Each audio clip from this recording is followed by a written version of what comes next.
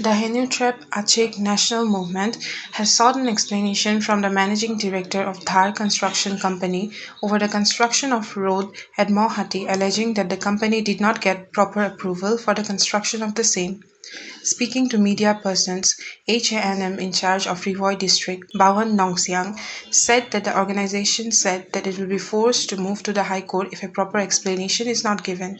Have to complain. We have to complain. We will have to complain about till we get the till we get a response from the managing director of this company. After that, if we get everything about the completion, like for the entity and all, so we have to go through directly to High Court and entity.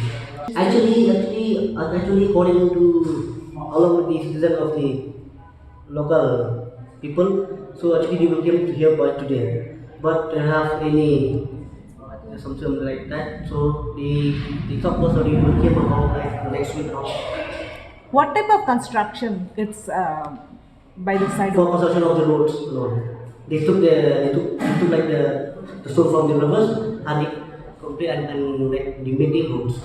Okay, they took this stools and all these things From the river banks from the river bank of of Wamyam and construct the roads of Mawhati for the construction of Mawhati.